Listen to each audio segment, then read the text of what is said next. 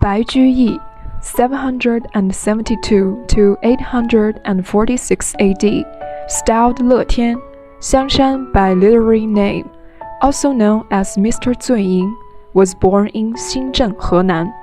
His ancestral home was in Taiyuan, Shanxi. His great-grandfather moved to Xiagui, now Weinan, Shanxi. He is a prominent realistic point of the Tang Dynasty. Early in his life, Bai Juyi began composing poetry, with his most famous work being Grass on the Ancient Plain, Farewell to a Friend. By depicting the grass on the ancient plain, this poem expresses the poet's heartfelt farewell to a friend and his broad-minded attitude towards life. It embodies a simple, easy-to-understand, and close-to-life style of writing. Grass on the ancient plain, farewell to a friend. Wild grasses spread o'er ancient plain. With spring and fall they come and go. Fire tries to burn them up in vain. They rise again when spring winds blow. Their fragrance overruns the way. Their grain invades the ruined town. To see my friend going away, my sorrow grows like grass o'ergrown. During this period from entering service to being demoted as the magistrate of Jiangzhou, Bai Juyi enjoyed a smooth career, aspiring to contribute to the well-being of the nation. He used poetry to criticize the dark reality of his time, writing numerous satirical poems and proposing the principle of writing in accordance with the times and composing songs and poems in accordance with the facts. Among the 15 poems in New Yuefu, the most famous is The Old Charcoal Cellar, exposing the wrongdoing of the imperial court, ending abruptly at the climax of the conflict, leaving readers deep in contemplation. The Old Charcoal Cellar. What does the old man fear? He cuts the wood in southern hill and fires his ware. His face is grimed with smoke and streaked with ash and dust. His temples grizzled and his fingers all turned black.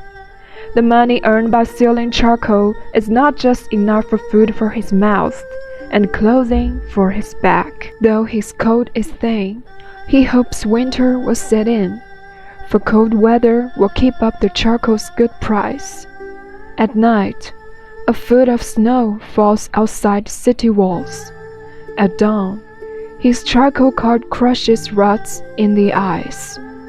The sun is high, the ox tired out and hungry he. Outside the southern gate in snow and slush they rest. Two riders canter up. Alas, who can they be?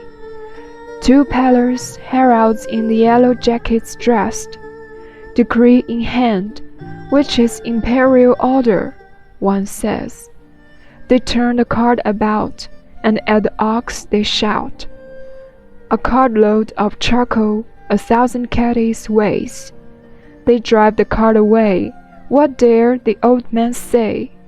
10 feet of silk and 20 feet of gauze deep bread. That's the payment they fasten to the ox's head.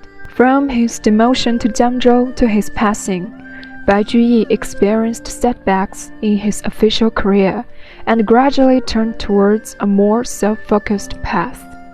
During this period, he wrote a significant number of sentimental poems, with the most notable being the narrative poems Everlasting Regret and Son of a Pipa Player.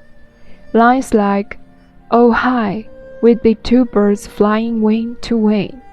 On earth, two trees with branches twined from spring to spring. And both of us in misfortune go from shore to shore. Meeting now, need we have known each other before? Remain resonant and emotion-evoking today. He also composed many leisure poems, which recorded daily life, imbued with a sense of life and its nuances, such as an invitation. which used simple and warm language to portray the genuine friendship between the poet and his friend. An invitation. My new brew gives green glow. My red clay stove flames up. At dusk it threatens snow. Won't you come for a cup? Bai Juyi was one of the most prolific poets of the Tang Dynasty and a proponent of the new Yuefu movement. His poetry covered a wide range of themes, characterized by plain and accessible language, concise expression, vivid imagery, and sincere emotions. The unique style of his poetry earned him the titles of Poetry Magician and Poetry King.